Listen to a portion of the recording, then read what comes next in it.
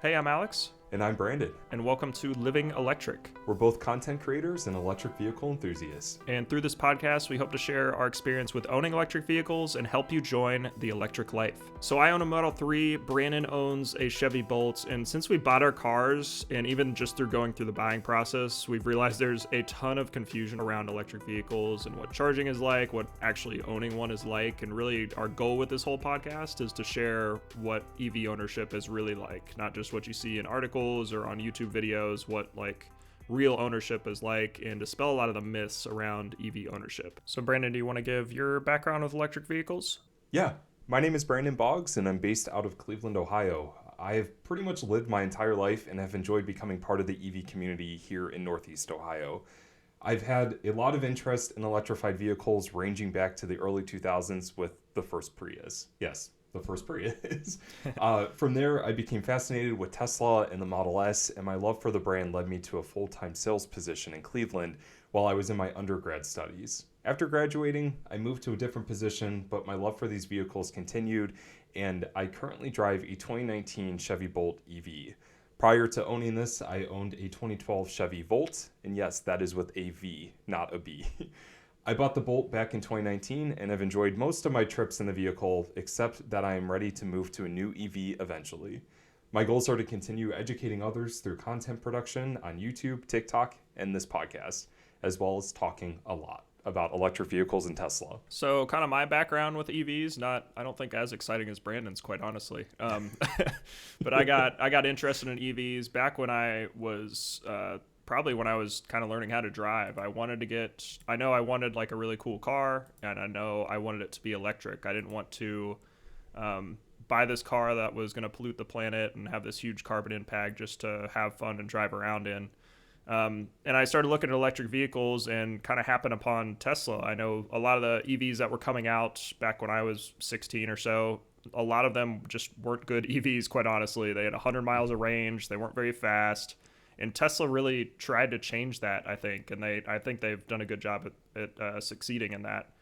So kind of discovered them probably around the 2010 time frame and saw that they were working on the Model S prototype and kind of made that my dream car and the car I wanted to own eventually.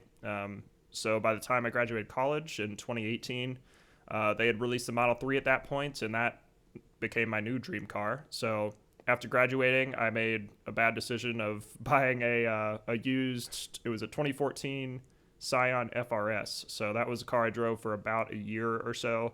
Ended up losing money on it just from depreciation. So honestly, I should have just bought a cheap car and saved up for a Tesla, but here we are. And so in November of 2019, I finally had saved up enough to buy the Tesla. So now I own a 2020 Model 3. Had a lot of fun with it so far. And I know, like Brandon, I have realized a lot of people just don't know about EVs. They're still very new, very small market share of just EVs or of cars in general. I think we're sitting around probably 1% of all cars. Correct me if I'm wrong, Brandon, but I think it's about 1%. Yeah, it's around that number. And I think like 2% of all new car sales. So these things are still very new, but I genuinely believe that they are going to be the future of transportation for cars. And a lot of people need to learn a lot to understand electric vehicles and make a good buying decision and know what options are out there outside of Tesla too. Tesla isn't the only electric car maker. A lot of manufacturers are making really good electric vehicles now. Like Brandon, I mean, he owns the Chevy Bolt, and I think it's done well for him. He's just looking for something new now. So yeah, which I'm always looking for something new. Yeah. It's so hard too, because I mean, if any of you follow EV news at all, you know that I feel like there's a new car coming out every week. Like it's so hard to keep up with. Especially recently. Yeah, I feel like anytime I turn around, there's always some type of unveiling, news update. Yeah, not just from the big automakers. It's also from these little startups that are trying to make things happen too. Yeah, which is really exciting. I mean, like Alex, you mentioned like talking about the future and how these vehicles are the future, and that's one area that drives me to continue educating everyday drivers and enthusiasts about what these vehicles can do. Just the fact that these cars are the future. Yeah, definitely. Yeah, and I don't think I mentioned. I think Brandon said he has a YouTube channel, but I do as well. It's just Alex Sibila, my name. Talk about my Model 3, EV ownership, kind of similar to stuff that we're going to do on the podcast. But if you like videos better, then you can check us both out there. Absolutely. And I forgot to mention my YouTube channel name. It's Everyday EV. Thanks for reminding me. Yep. Okay, so funny enough, when we were preparing for this podcast, we were trying to think of the first time that we actually met each other, and I went back in on Twitter and found our first direct message, I believe, and it was back when Brandon was actually giving away a Model X print. Is that right? Yes, trying to get subscribers, I think. And what's the background on the Model X print for people that don't know? Yeah, so when I worked for Tesla and they were unveiling the Model X back in September of 2015, we were provided these design sketches of the Model X. And we had this big event at our store and there was plenty of leftover, so I took a few home. Yeah, naturally, I would have done the same. So Brandon was doing like a little giveaway on Twitter, and I think I just replied to you and said, hey, I'd love to have one of those. And then he DM'd me, said, hey, I can send you one if you want. And still waiting on it, but I was about to say I still have not done that. That was back in, I'm scrolling all the way back now actually. Was it 2019? I think 2019. It was like early 2019. Okay, well there's a lot of delays in the mail right now, so let's say that. Yeah, there you go. Yeah, so that's where we first kind of got connected, realized that Brandon was making YouTube videos as well. We're both in Ohio as well. I don't think we mentioned that either. Or you said you're from Cleveland, but I'm in the Columbus area. We've only met up to do one collab so far. We're obviously looking to do more with this podcast and hopefully some videos in the next year once it's safe to do so. But it's something we're really looking forward to. I think there's not a lot of people in this space. You might see it, a lot of people in like California talking about their Teslas, but I think in the Midwest, there are very few content creators that are doing what we're doing. I agree, and I think that's why it's so important for what we do with education, especially in the Midwest. Definitely. And I think like the Midwest is a great place to own an EV as well. I think a lot of people think it's like only a California thing or like an out west thing, but they're like EVs are getting huge in Ohio. I know even our local Tesla owners group is now almost over 1,000 members in Columbus. That's insane. That's awesome. And like, I mean, that club started 3 years ago. Like, it's grown so fast, and it's really exciting. Curious to know what Cleveland is like. I don't think we have a Tesla owner group up here. Really? I think we have one just for like Cleveland and Akron, but I don't think it's like an official owners group. I think it's just a Facebook page. Yeah, they're kind of locked out on owners group for some reason too. Like, if you're just a fan of Tesla, you can't go to like the meetups. You have to have a Tesla car and a VIN number exclusive. And everything. Like, yeah, it's kind of locked down. And I wish that we would like invite more people to come check it out. Somehow I actually got invited to some of the like Tesla meetings before I had a car, because I got added to the Facebook group even like before I ordered my car. It was kind of funny. So I like snuck into a couple of their meetings and just acted like an owner. I would always like dress up too to make it look like I was like more in place. Yeah, it's funny. Yeah, just standing out with a bunch of Tesla merch. Like. Yeah, yep, exactly. Whose car is that? That's not mine. Right? Yeah, it's like parking at the way back end of the parking lot. Yep. That's how I'd be in my Bolt. Just show up to a Tesla meetup. No shame. I walked over here. Yeah, so our big question today is, what is the main reason you bought an electric vehicle? So I'll start with you, Brandon, since there's only two of us. So the main reason I bought an electric vehicle, and this is going to be an overall reason, is that I've always felt like they were just the better vehicle. Ever since I got behind the wheel of a Model S back in 2015, I've just been obsessed with electric vehicles and that instant torque you get when you punch the accelerator. So for me, I just love the overall financial saving, the environmental aspect of electric vehicles, and just being able to beat pretty much anybody off a red light to 35 miles per hour, at least. I don't street race. But that's the main reason, is that to me they just perform better than any other vehicle out there. Had you decided to get an electric vehicle before working at Tesla? Yes, I did. I've always fun story actually. When I was offered the job at Tesla, I was watching Who Killed the Electric Car, And I was halfway through the documentary when they offered me the job, so it's pretty fitting. Wow, that's cool. Yeah, it was pretty timely. But I've always loved electric vehicles. I grew up around Porsches and like other performance vehicles. So for me, the Volt was the most exciting product at the time. I wasn't the biggest fan about the Nissan Leaf, but I did like that it was electric. So I was saving up for a Volt, honestly, when I was a freshman at Kent State. Mm-hmm. Yeah. What about you? So for me, I think what initially got me started in EVs was actually the carbon impact. I know growing up, I realized like there's got to be a better way to produce energy than just burning a ton of coal. Like there's got to be a better idea.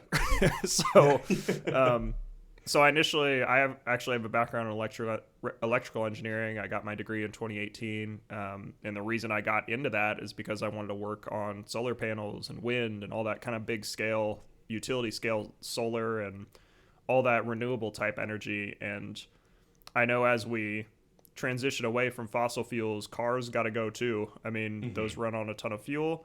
And I know I wanted a vehicle that could transition to that renewable future along with utilities. So initially, like I said, was looking at cars and really wanted a no compromise carbon free car. And I don't think a lot of people were making them at the time. And that's something I've kind of tried to stick with is like, hey, people aren't going to switch to these cars unless they have no compromises. And I think when I bought my car, it kind of got to that point where you're not really losing much by buying an electric vehicle. Like they're just as good as other cars now, if not better, as Brandon was saying. Absolutely. Yeah, I agree with you with the environmental aspect. That was a big reason for me too.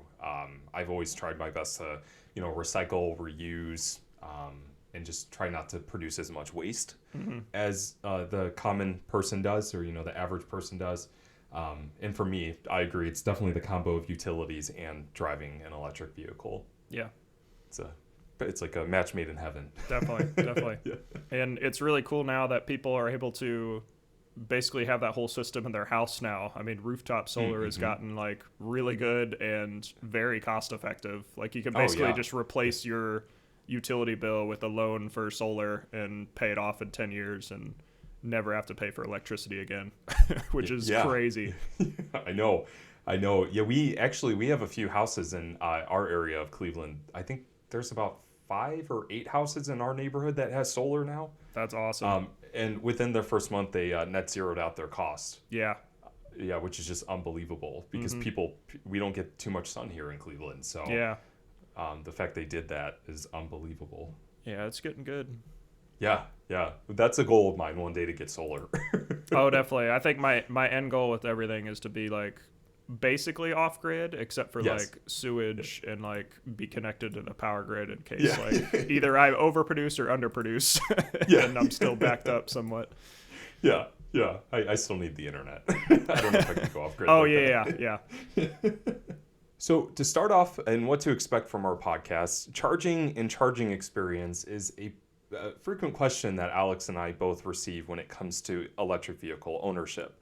So we're going to discuss our charging experience from the previous week. So even just between our two vehicles, I know like Brandon has a Chevy Bolt. He has a different charging connector than I do on my Tesla. So even between our two vehicles, we've got a different charging experience, can charge at different stations, have different adapters, all that kind of stuff.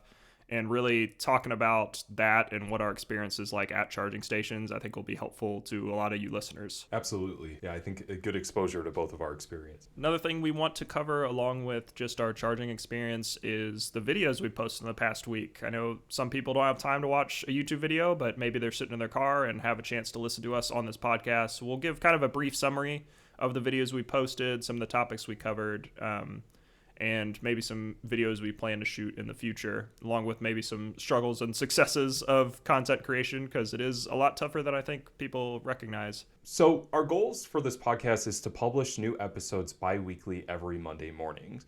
And you can find our podcasts on platforms like Anchor, Breaker, Google Podcasts, Apple Podcasts, Spotify, and other different platforms. So we're pretty excited about this. Yeah, and we've got, if you want to follow us just on social media accounts, if you don't want to worry about knowing when new podcasts are up, we're on Twitter at Living Electric and then a single underscore, so Living Electric underscore. And then on Instagram, we're just at Living Electric Podcast, the whole string there. And we'll post stuff like when we post a new episode, we'll post them on there, as well as maybe some clips from our podcast. Absolutely. And don't forget to rate our podcast too. That will help other listeners find us, and it'll definitely help us out as well. Yeah, definitely. I mean, like we said in the beginning, the goal of this podcast is to get more people driving electric vehicles. So the more people that listen to us and hear our podcasts, the better. And by rating us, you can help us do that. So after this episode, we hope you're feeling recharged. Okay, that'll do it for this one. I'll try better next time. So you can follow us on Twitter at livingelectric_, on Instagram at Living Electric Podcast. I'm on Twitter at Alex Sibila. Brandon's on Twitter at Be Energized. Follow us both on YouTube, and hope to see you guys in the next episode. Hopefully coming in about 2 weeks. Yeah, we'll talk with you guys soon.